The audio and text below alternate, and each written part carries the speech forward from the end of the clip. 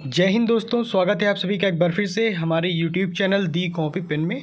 तो आज हम भारत की कुछ प्रमुख संस्थाओं के बारे में बात करेंगे और उन संस्थाओं के उद्देश्य को प्रदर्शित करने हेतु जो मोटो होता है, जो ध्येय वाक्य होता है, जो कि संस्कृत में लिखा हुआ होता है, तो उसके बारे में बात करेंगे। तो आज का जो हमारा वीडियो है वो पूर्णतया भारतीय संस्थानों के जो उद्देश्यों को दिखाने वाले आदर्श वाक्य होते हैं, ठीक, उनके बारे में बात करेंगे। और वीडियो का टाइटल जो है आप सबको पता है, विभिन्न संस्थान एवं उनके संस्कृत ध्येय वाक्य। तो देर न करते हुए, अगर आप हमारे चैनल पे पहली बार विजिट कर रहे हैं या हमारा वीडियो पहली बार देख रहे हैं तो चैनल को प्लीज़ सब्सक्राइब कर दीजिए, लाइक कर दीजिए और दोस्तों को भी शेयर कर दीजिए, ताकि जितने भी वीडियो जनरल नॉलेज से रिलेटेड मैं अपलोड करूँगा आप तक नोटिफिकेशन आराम से पहुंच जाए। ठीक, तो नोटिफिकेशन बिल भी ज़रूर बजाइएगा।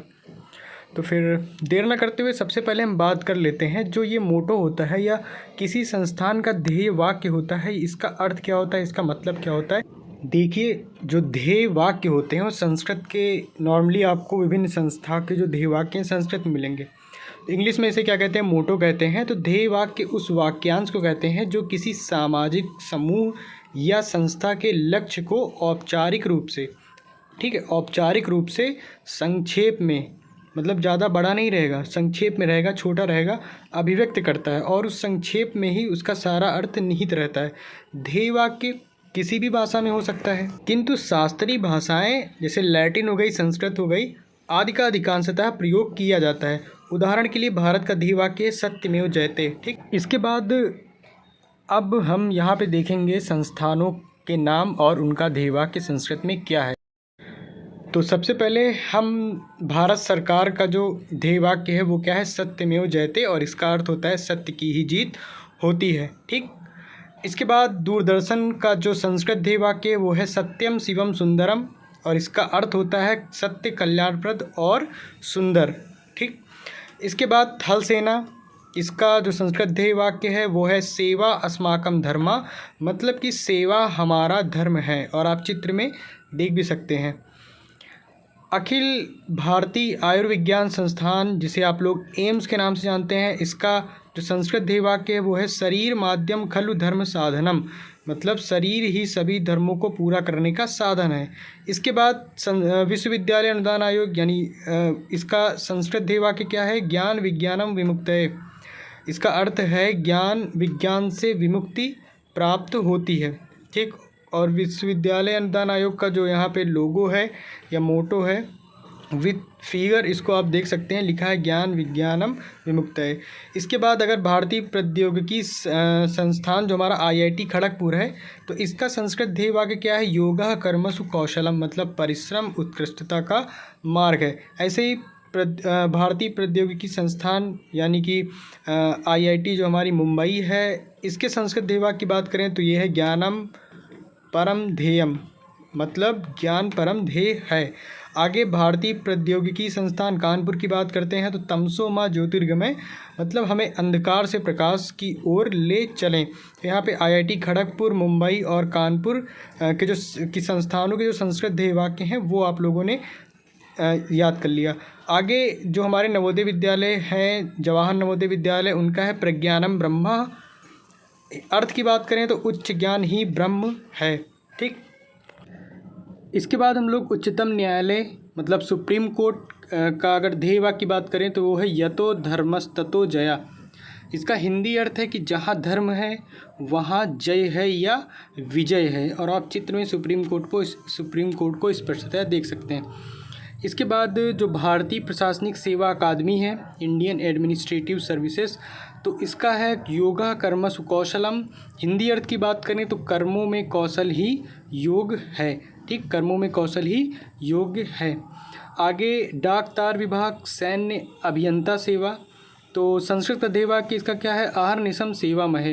हिंदी अर्थ क्या आता है कि हम दिन रात सेवा करते हैं।